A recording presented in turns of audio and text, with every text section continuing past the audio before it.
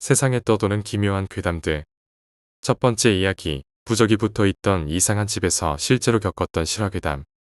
저희 부부는 지난 11월 집을 이사하게 되었습니다. 아직은 부끄러운 이야기지만 혼인신고만 올렸고 결혼식은 올리지 못하였습니다. 그래도 사랑하는 만큼 꿋꿋이 열심히 보란듯이 남들에게 지지 않게 잘 살자 하여 3년 전 동거를 시작하여 작년 혼인신고를 올렸습니다. 저도 취업에 성공하고 조금 모아서 드디어 아파트로 들어가게 되었습니다. 8층, 남양, 15평, 주변에 버스 정류장도 있고 대형마트도 걸어서 10분 이내인 전형적인 아파트촌입니다. 공원도 가까웠고 거실, 작은 방, 화장실, 작은 부엌, 베란다까지 원룸에 비해 둘이 생활하기엔 최적의 장소라고 생각했습니다. 게다가 가장 중요한 건 보증금이 살짝 낮았다는 점입니다. 뭐 그렇게 크게 낮았던 것도 아닙니다. 이 근처 아파트에 비하면 이 정도 가격도 나올 수는 있겠구나 하는 수준이었으니까요. 게다가 집주인이 바로 전에 살던 사람이라는 게 가장 끌렸습니다. 집주인이 바로 전에 살았으니 문제점이나 뭐 수리할 것이 있다면 얘기도 잘 통할 거라 생각해서였죠. 아무튼 바쁘게 이사를 준비하여 드디어 아파트 생활을 시작할 수 있었습니다. 모든 것이 좋았습니다. 아내도 만족하고 저도 만족했습니다. 별일 없이 시간이 지나갔죠. 처음 일주일간은 전 주인이 쓰던 흔적들을 지우고 문풍지를 다시 붙이거나 창고 청소를 하거나 하는 등 바쁘게 보냈습니다. 일도 해야 했기 때문에 아주 정신이 없었죠. 그리고 3주 정도가 지나 아내의 친구들을 집들이 겸 초대했습니다. 저는 친구가 많지 않고 제 친한 친구들은 다 담배를 피워서 집 안에는 들이지 않기로 했습니다. 아내가 담배 냄새를 싫어했거든요. 도란도란 얘기를 하고 아내의 친구들을 거실에서 재웠습니다. 이불과 베개를 주며 이야기하다 자라고 아내는 말하고 안방으로 들어왔습니다. 그리고 평소 때처럼 아내와 저는 잠이 들었죠. 사단은 새벽이 지나고 나서 벌어졌습니다. 3시에서 4시쯤 사이로 기억합니다. 친구들 넷이 아내를 부르는 게 아니겠습니까? 아내는 졸린 눈을 비벼가며 얼른 나가보았더니 글쎄 친구들 표정이 별로 좋지가 않습니다. 집에 가봐야 하나 하는 식의 이야기를 해대더군요. 대체 무슨 일이람? 저도 일단 거실로 나가서 이야기를 들어보기로 했습니다. 신기하게도 친구들은 그날 밤 친구 넷 중 셋은 비슷한 류의 꿈을 꾸었다고 합니다. 그게 무슨 꿈이냐 하면 친구 일께서는 베란다를 통해서 밖을 보고 있었는데 무언가 떨어지는 꿈이었다고 합니다.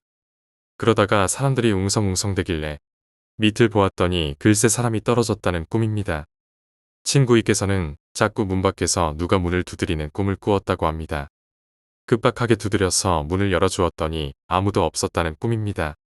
친구 3께서는 다들 자고 있는데 자신만 잠에서 깨서 물을 마시는 꿈이었다고 합니다. 물을 마시고 다시 자리에 누우려 할 때 무언가 이상한 기척이 느껴져서 베란다를 보니 글쎄 베란다 난간을 손으로 잡고 매달려 있었다고 하는 게 아니겠습니까? 친구 4께서는 아주 잘 잤다고 합니다. 확실히 꿈 내용이 미신을 잘 믿지 않는 제가 들어도 재수가 없어 보였습니다. 친구들은 뭔가 기분이 좋지 않다. 집에 가봐야 하는 게 아니냐 라고 서로 말하고 있었던 것이지요. 저는 일단 아내의 친구분들에게 자리가 불편하니 꿈을 잘 못 꾼 것 같다고. 이제 새벽 4시고 잠도 다 깬 것 같으니까.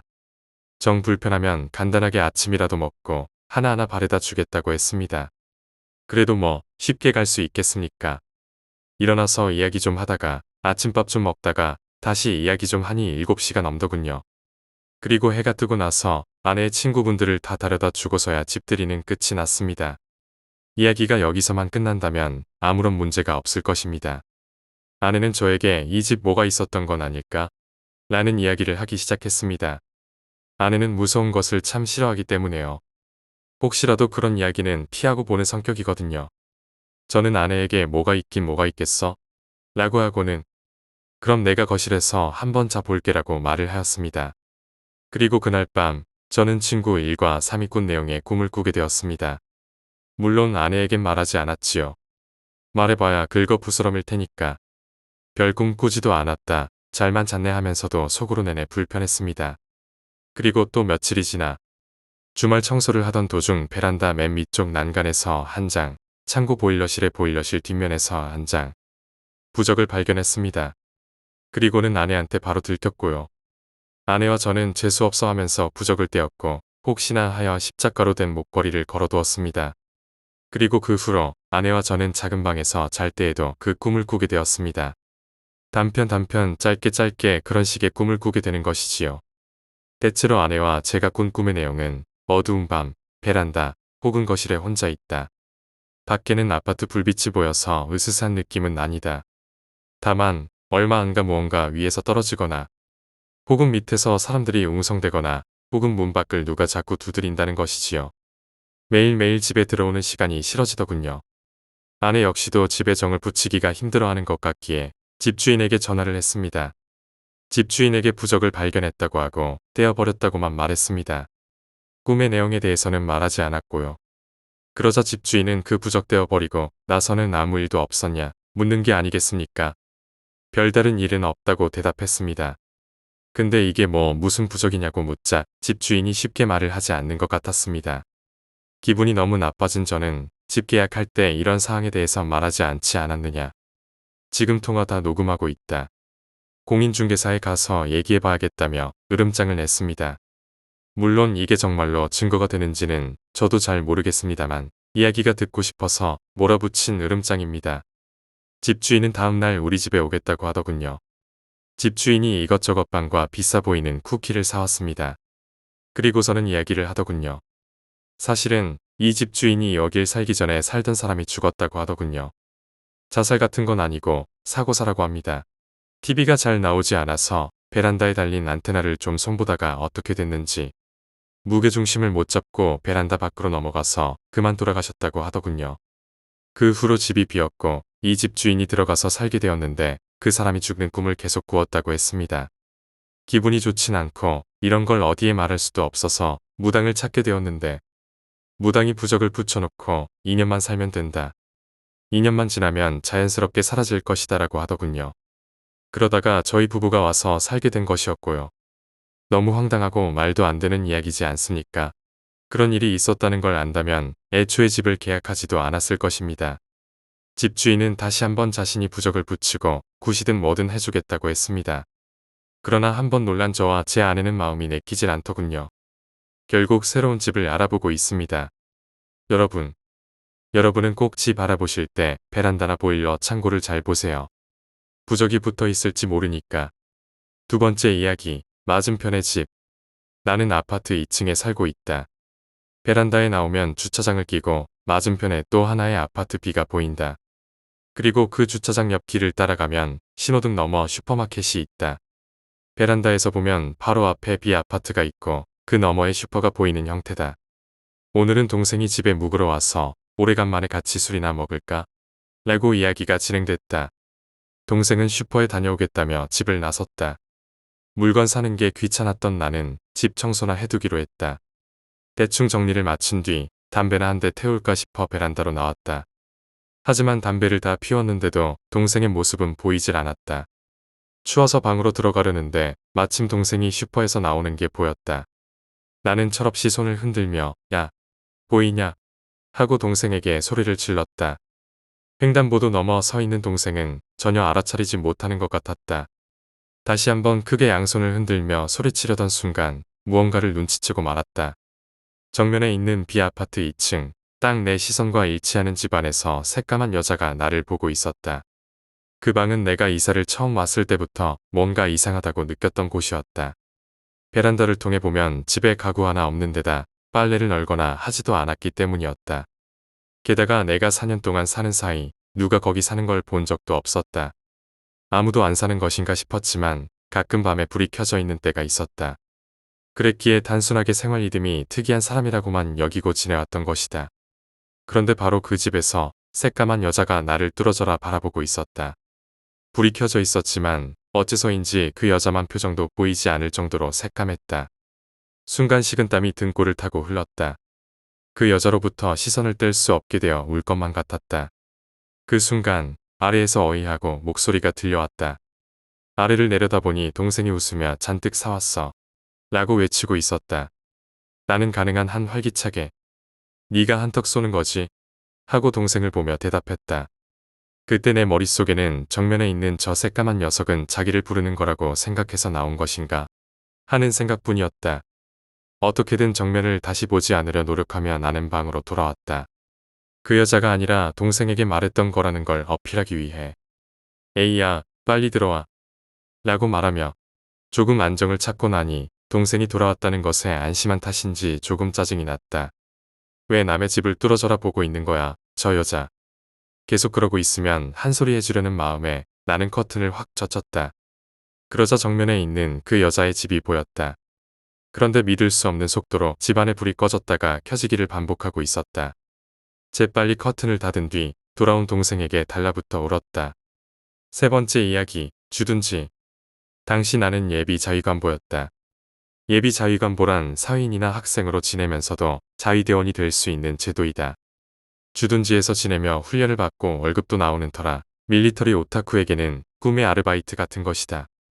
일단 기밀사항이라 구체적으로 뭘 어떻게 한다고는 적을 수 없지만 아침 6시에 기상나팔 소리가 스피커에서 울려 퍼지면 벌떡 일어나 제복으로 갈아입고 밖으로 나가 점호를 받는다.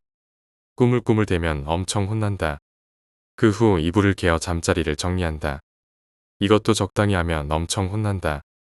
그 후에는 자위대 훈련을 받는다. 방은 침대끼리 다닥다닥 붙어 있다. 최대 10명 정도까지 한 방에서 지내며 함께 움직이는 것이다.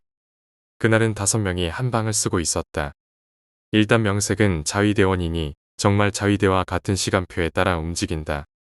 평소에는 운동 따위 하지 않는 오타쿠였기에 체력 단련 같은 훈련을 받으면 녹초가 돼서 소등하자마자 골아떨어진다. 아침이 되어 기상나팔이 울리자마자 벌떡 일어나 곁에 걸린 제복을 움켜쥐었다. 아까 말했다시피 기상나팔이 울리자마자 점호를 나가야 하니 옷을 침대 곁에 걸어뒀던 것이다. 그런데 아무도 일어나질 않았다. 아니, 애당초에 기상나팔도 울리질 않았다. 잠결에 깬 건가 싶어 주변을 보니 딱 한 명, 나처럼 일어난 사람이 보였다. 옆으로 2칸 떨어진 곳에 있는 침대에서 이미 일어나 이불인지 뭔지를 천천히 개고 있었다. 하지만 그 침대는 아무도 배정되지 않는 곳이었다. 자위관보 대상으로 가끔 현역 자위관이 리더 역할을 맡아 여러 가지 가르쳐 주곤 했기에 그 사람도 뭔가 작업이라도 하는 건가 싶었다. 안녕하세요. 하고 말을 걸어봤다. 하지만 그는 나를 완전히 무시한 채 천천히 이불을 갤 뿐이었다. 이상하다 싶어 손에 찬 시계에 라이트 버튼을 눌러 시간을 확인했다. 아직 새벽 5시였다.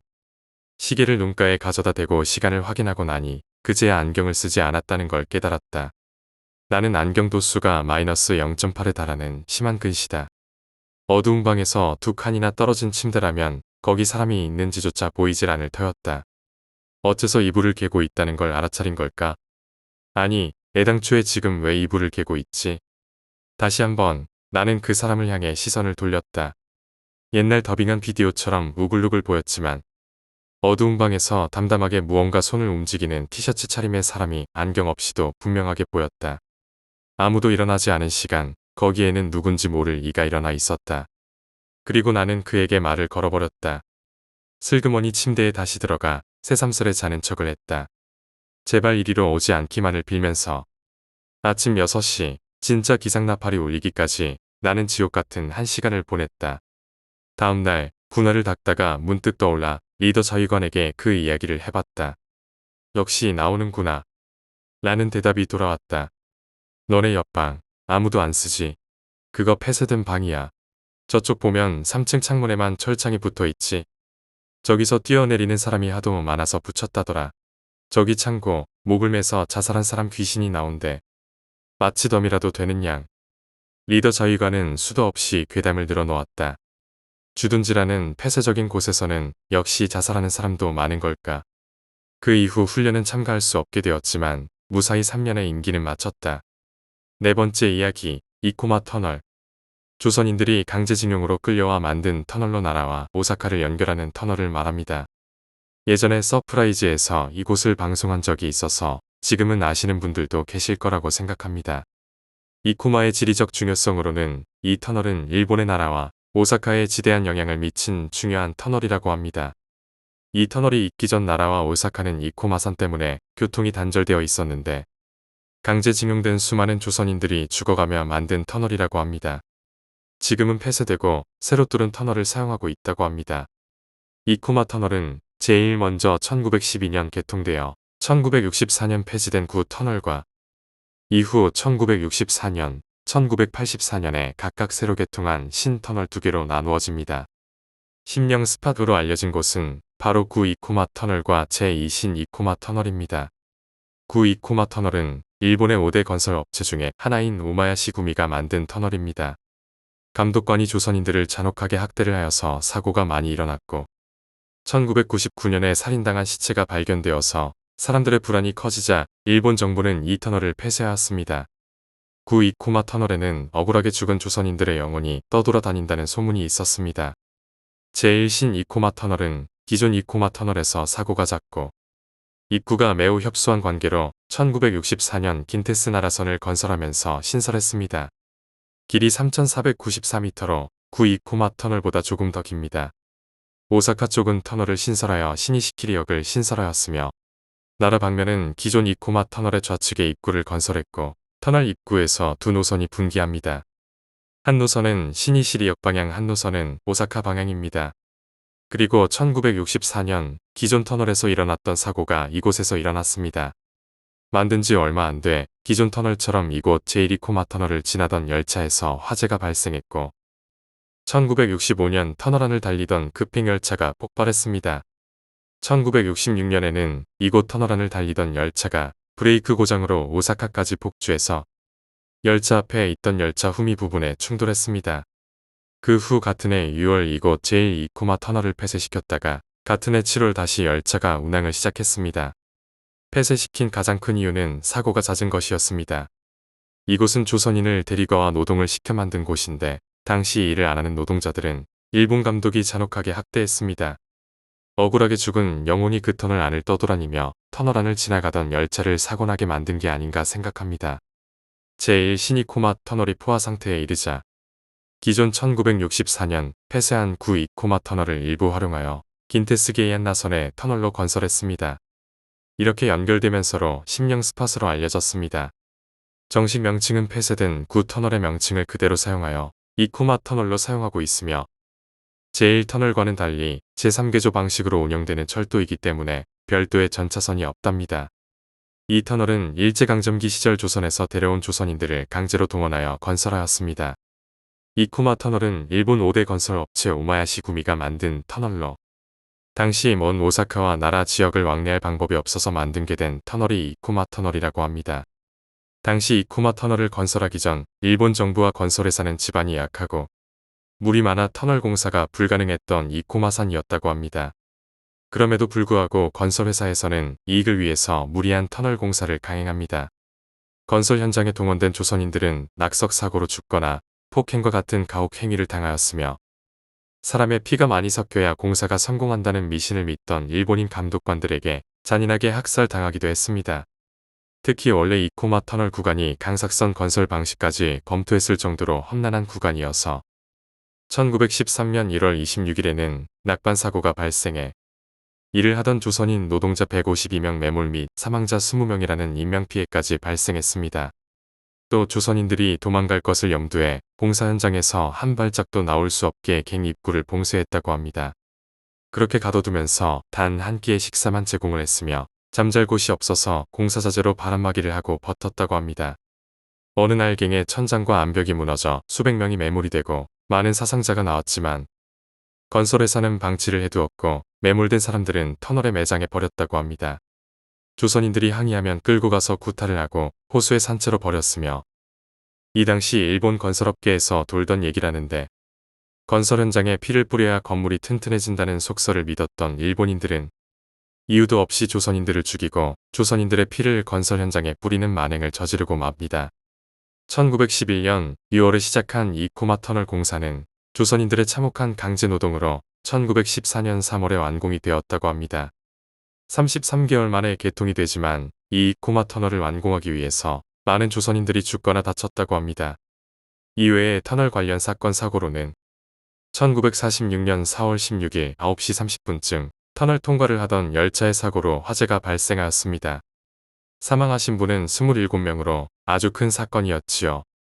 그 후에도 1947년 8월 19일 터널 진입과 동시에 폭발하여 40명 부상, 1948년 3월 31일 브레이크 고장으로 부상 289명, 사망 29명 등으로 크나큰 피해가 일어났습니다.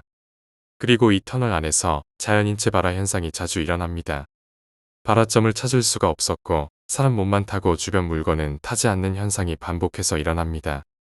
특히 이미 사망한 시체도 이 터널 안에서 자연인체 발화하는 현상이 일어났다는데, 기이한 건 이 현상이 일어날 때 목격자는 없고 타다 남은 사체만 있다든지 사체만 전부 발화했다고 하네요. 사람 몸이 스스로 타는 것인가 하는 의문이 들어 과학자나 여러 방면 전문가들이 가설을 세우고 원인을 찾기 위해 몰두했지만 뚜렷한 원인을 규명하지 못했고 점점 더 미궁 속으로 빠져드는 상황만 발생했습니다. 터널 완공 후 근처에 사는 주민들이 귀신을 목격한다는 괴소문이 퍼진 이후 갖가지 사고가 발생하자 결국 신-이코마 터널이 완공된 직후구 이모카 터널은 폐쇄되었습니다. 현재는 일본의 유명 심령 스팟으로 알려졌습니다. 터널 옆에는 조선인들이 세운 보덕사가 있습니다. 사찰 내에 1977년 긴키 니폰 철도와 지역 인사의 지원을 받아 세워진 한국인 희생자무연 불이령비가 있어 당시 공사에 참여했던 조선인들의 넋을 기리고 있습니다. 일본 건설회사가 직접 지은 위령비와 사찰이라지만 전혀 관리를 하고 있지 않답니다. 이후 일본의 만행을 알리고자 스미이 작가가 이코마 지역에 살았던 증언자들에게 들었던 얘기로 쓴 다리가 없는 강이라는 책을 써서 진실을 폭로하게 됩니다. 그들의 말에 의하면 이코마 터널이 완공이 되기까지 일어났던 모든 사건과 일들을 감추기 위해서 모두 살해했다는 증언과 귀신 목격담, 귀신 소리, 초자연적인 현상을 봤다고 합니다. 그리고 남자 인부만 쓴 게 아니었다고 합니다. 당시 여성 인부를 쓰지 않았다고 했지만 목격자에 의하면 벽돌공 인부로 4명의 여성들이 일하는 것을 봤으며 희생당했다고 합니다. 현재 일본 강제징용 관련 기업들은 저들의 노동 업무 숙소 업무 관련 기록 일체를 공개하지 않고 비협조로 일관하고 있다고 합니다. 당연히 반성의 기색이 없는 것이죠. 또 같은 사람의 취급을 하지 않았기 때문에 기록의 필요성을 느끼지 못했다는 말도 있습니다. 참 나쁜 놈들이죠. 삼가 고인의 명복을 빕니다. 5번째 이야기, 키요타키 터널. 일본에는 귀신이 자주 나오는 곳이 3곳이 있습니다. 이번에는 그 중에서 키요타키 터널을 한번 알아보도록 하겠습니다. 키요타키 터널은 교토의 니시아타 사가노에 있는데요. 이곳은 낮에도 사람들이 접근하지 않는다고 하며 왠지 모르게 키요타키 터널의 주위에는 독특하고 이상한 분위기가 감돈다고 합니다. 키요타키 터널은 1972년 일본 교토에 개통된 터널로서 교토에 있는 니시아타 사가노라는 산중에 위치해 있는 키요타키 고개를 통과할 수 있게 만들어진 터널입니다. 1972년 건설된 키요타키는 교토의 니시아타 사가노의 산중에 위치한 터널로 차 한 대가 겨우 통과할 정도의 규모로 어둡고 좁은 길이기도 합니다. 그렇기 때문에 이 터널의 앞에는 신호등이 설치돼 있고 일반 통행으로 되어 있습니다. 또한 이 터널은 경찰청 통계에서도 사고 다발 지역으로 손꼽힐 만큼 많은 사건이 발생했다고 합니다. 이 터널은 과거 일제시대 때 일본에 강제징용된 우리 한국인 500명이 일본인들에 의해 억울한 죽음을 당한 곳이기도 합니다. 따라서 일본인들이 이 터널을 올 때마다 목격한 유령은 500명의 한국인 노동자들이라고 하며 그들 영혼은 지금도 이 터널에 떠돌고 있다고 합니다. 이때 터널 공사는 매우 위험한 공사이므로 강제징용된 한국인들을 공사하도록 시켰다고 합니다. 일을 하다 터널이 무너지고 돌에 깔려 죽고 돌에 머리가 부딪히는 등의 매우 큰 사건 사고로 많은 한국인들의 목숨을 잃어갔다고 하니 참 슬프고 분개할 일인 것 같습니다. 그리고 이런 식으로 강제징용된 상태에서 공사가 진행되다 보니 일본인들과의 마찰은 피할 수 없는 일이었다는 생각이 듭니다. 자연스레 불만과 분노가 쌓여가던 도중 결국 이들의 분노가 폭발하게 됩니다. 오사카 아사히 신문에 의하면 1928년 7월 8일 조선인 50명이 키요타키 터널에 있는 아타고 철도 공사 현장에서 일본인과 싸움이 일어났다는 내용이 있습니다. 아마도 저 당시 한국인들을 강제징용해서 공사를 시킨 회사가 아타코 철도공사라는 곳인 것 같습니다. 이런 사연이 있는 곳이니 당연하게 귀신이 출몰하는 장소가 될 수밖에 없지 않았을까 합니다. 지금도 키요타키 터널을 이용할 수는 있지만 옆에 있는 우회도로를 많이 이용한다고 합니다. 그 이유는 키요타키 터널의 잦은 사고입니다. 키요타키 터널에서는 1년에 수백 건 이상의 교통사고가 날 만큼 사고가 자주 일어난다고 합니다. 그리고 또 하나는 몇 가지 떠도는 괴담들이 있는 것 같습니다.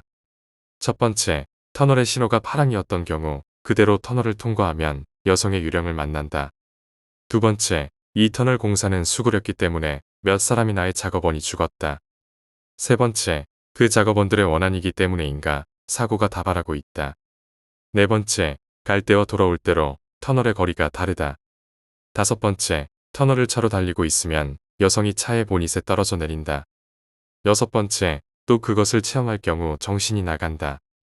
일곱 번째, 터널에 보면 백미러가 하나 있는데 유독 아래로 향해 있다. 여덟 번째, 이 백미러를 보았을 때 백미러에 비친 여자 귀신을 보면 죽는다.